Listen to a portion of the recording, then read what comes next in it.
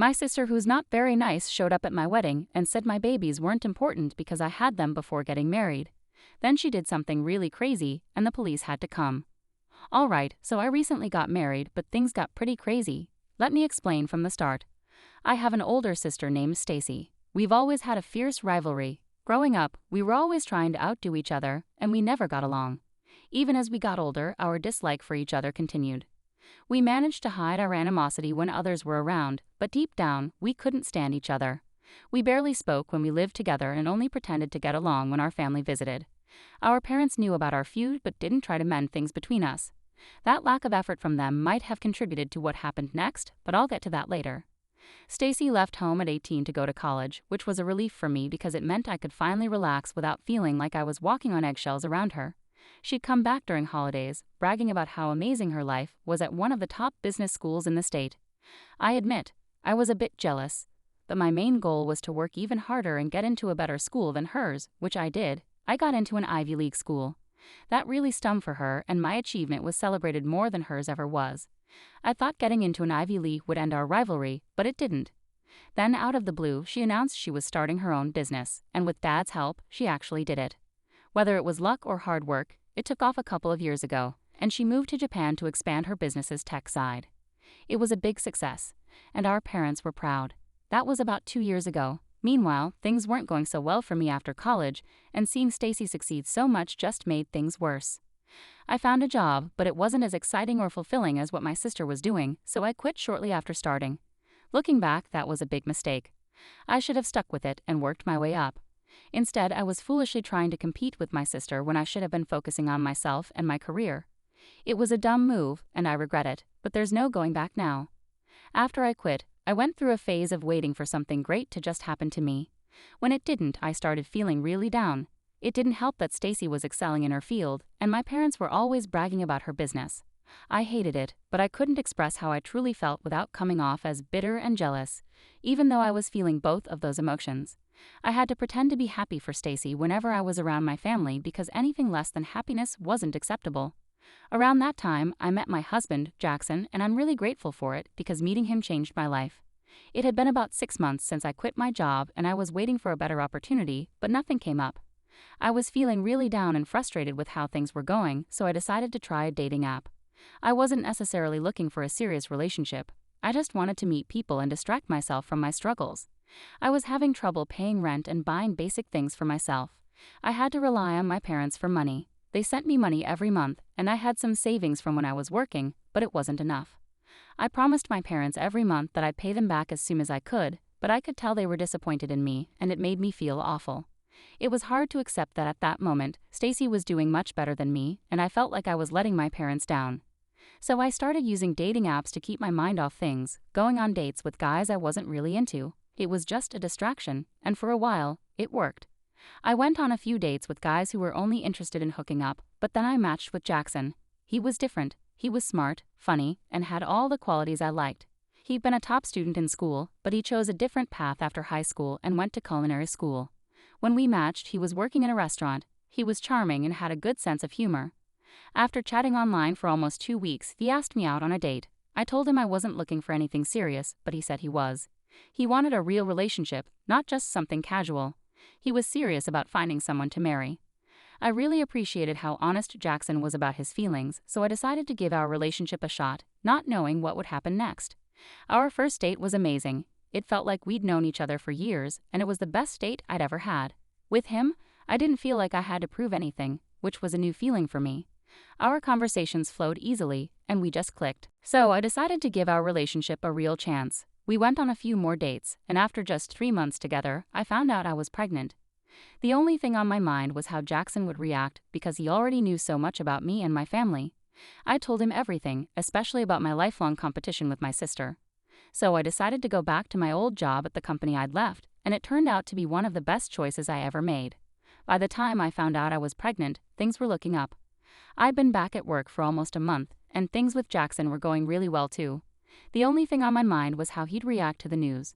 Most people might freak out and bail because it might seem too soon, but deep down, I felt ready to be a mom. I can't explain it, but it just felt right. To my surprise, when I told Jackson about the pregnancy, he was really supportive. He said it was my decision, and he'd stand by me no matter what. When I said I wanted to keep the baby, he was thrilled. He told me he actually wanted us to keep the baby, and he felt ready too. Even though we were young and had only been together for 3 months, he didn't want to seem too forward, so he left the decision to me. But hearing that I wanted to keep the baby made him overjoyed. We agreed to take things slow and get to know each other better before considering marriage. So we decided to go ahead with the pregnancy, and a few weeks later, we found out we were having twins. It was a big surprise, but we were excited. Jackson moved in with me after we found out about the pregnancy, and around the same time, he introduced me to his parents. They were really kind and loving, and their family dynamic was healthy. It was the first time I'd experienced a truly healthy family, and it was eye-opening for me. I was hesitant to introduce Jackson to my family because I knew they wouldn't approve of my choices.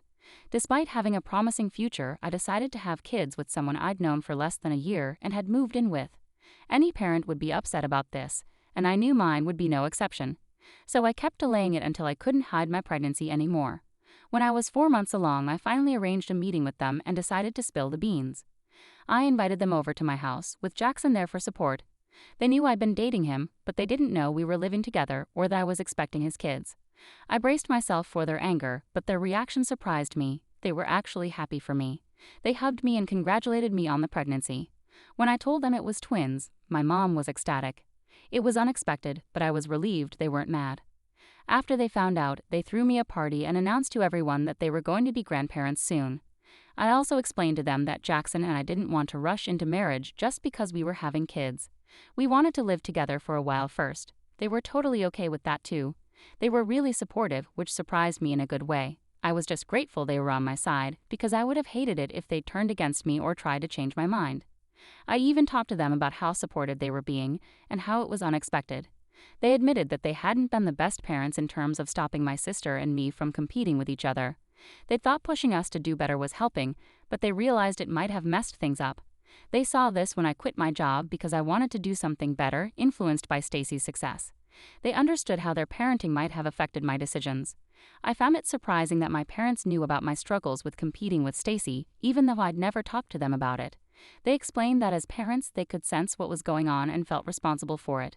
They wanted me to know they'd always support me, and I didn't need to compete with Stacy for their love. They were proud of both of us for always doing our best, and that's what mattered most to them. It was a much-needed conversation, and I felt relieved after talking it through with them. It made things easier during my pregnancy and afterward, as I could ask them for help with the kids while Jackson and I were working. They mentioned having a similar conversation with Stacy, but it didn't go as well as they'd hoped. She laughed it off, saying she didn't need their reassurance because she believed I was just bitter. She refused to accept that our parents were trying to be better and insisted she was more worthy of their love because she was doing better in life by her standards. My parents assured me they would talk to Stacy when she came back for the holidays, as they believed face-to-face conversations were more effective. They promised to have the same discussion with her that they'd had with me, hoping she'd stop competing with me. Until then, Stacy had been going out of her way to make me feel bad. Since I announced my pregnancy, she'd been sending me backhanded compliments and snide remarks in the family group chat, trying to belittle me. Even though I didn't see anything wrong with my situation, she saw it as a failure because I was pregnant before marriage and living with someone I barely knew. To her, this was a victory, giving her the green light to say whatever she wanted to me. It was really bothering me, and I considered leaving the group chat multiple times. But my parents convinced me to stay, emphasizing their efforts to improve as parents and urging us to stick together.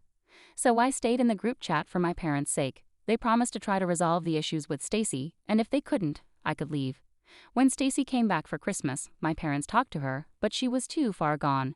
Her main goal seemed to be humiliating me and making me feel small. That year was the worst.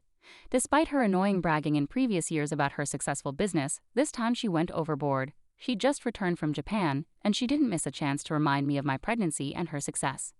At the Christmas party, she kept bragging, giving me looks, and asking if I was happy for her.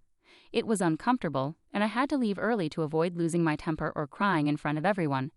After the party, my parents tried talking to her again, but she insisted she'd worked hard for her success and wouldn't stop bragging. That's when I decided to cut ties with her and leave the group chat. My parents agreed it was for the best.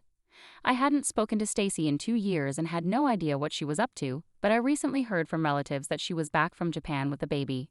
It was a surprise to learn about her miracle baby, who was just 2 months old. My parents had been on video calls with her before she came back and never noticed she was pregnant. Stacy said she wanted it to be a surprise and announced she recently gotten married in a private ceremony. The timing seemed suspicious because everyone knew I was supposed to get married around the same time. Now everyone could only talk about her marriage and her daughter. I kept avoiding her even after she came back because I didn't want her to ruin my wedding. But on the day of my wedding, she showed up uninvited just after the ceremony. Seeing her among the guests almost made me lose it. Jackson and my parents helped me calm down, saying if I made a scene, it would play into her hands. We decided to let her stay and deal with it later. Looking back, I regret not investing more in security, as it would have prevented many issues. Throughout the wedding, Stacy kept insulting me to everyone, saying her baby was a miracle, while implying mine weren't legitimate because I had them before marriage. It was hurtful, but I had to smile and let it go to avoid ruining my big day. Then everything took a dramatic turn when the police stormed in, sealing the exits and arresting Stacy. A woman was crying, claiming the baby was hers. It turned out the baby wasn't Stacy's at all. All the pictures she'd shown were fake, taken from a friend's social media. Stacy had been babysitting for her friend and took the baby without permission to my wedding. Her friend got worried when calls went unanswered, so they involved the police. Stacy had been living with her friend since coming back from Japan and had talked about wanting to ruin my wedding, which led her friend to track her down and have her arrested. It was shocking to see how far Stacy was willing to go to hurt me and prove herself better. I wished my sister would go to jail or a mental hospital because of what she did. But my parents think I should help her and explain to her friends that she wasn't thinking clearly because I was upsetting her with news about my marriage and kids. The situation is complicated because she was living with her friends and taking care of their baby. The police can't do much without their permission. It could have been kidnapping if she wasn't already caring for the baby, but it's not that simple. She's not in trouble yet, we just need to convince her friends. But I'm not sure I want to help her. My parents think it's wrong for me to turn my back on her, but I'm torn about wanting my sister to go to jail. Update 1. I've made a tough decision. I'm cutting ties with my whole family, even my parents. They were supported during my pregnancy and after my kids were born, but I need my space now. Whether they support me or not isn't my main concern. I just want to focus on my husband and kids.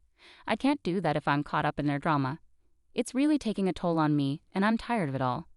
I appreciate what my parents did for me, but I need to step back. As for Stacy, it's clear why I don't want to help her. She doesn't deserve my help, and she brought this on herself. Jackson agrees with my decision, and that's all there is to it. Update 2. I've heard from some relatives that Stacy is in serious trouble because her friends are pressing charges against her. Stacy's been saying she had permission to take the baby, but proving that in court will be tough. Considering how she behaved at the wedding and claimed the baby was hers, I don't see how she can get out of this. It's upsetting, but not surprising. I'm still not talking to my parents. I won't until they acknowledge that I made the right choice and apologize for pushing me to help Stacy. It's a lot to ask, but they need to understand their part in this mess. Update 3. Stacy's on trial now, and we're unsure of what will happen.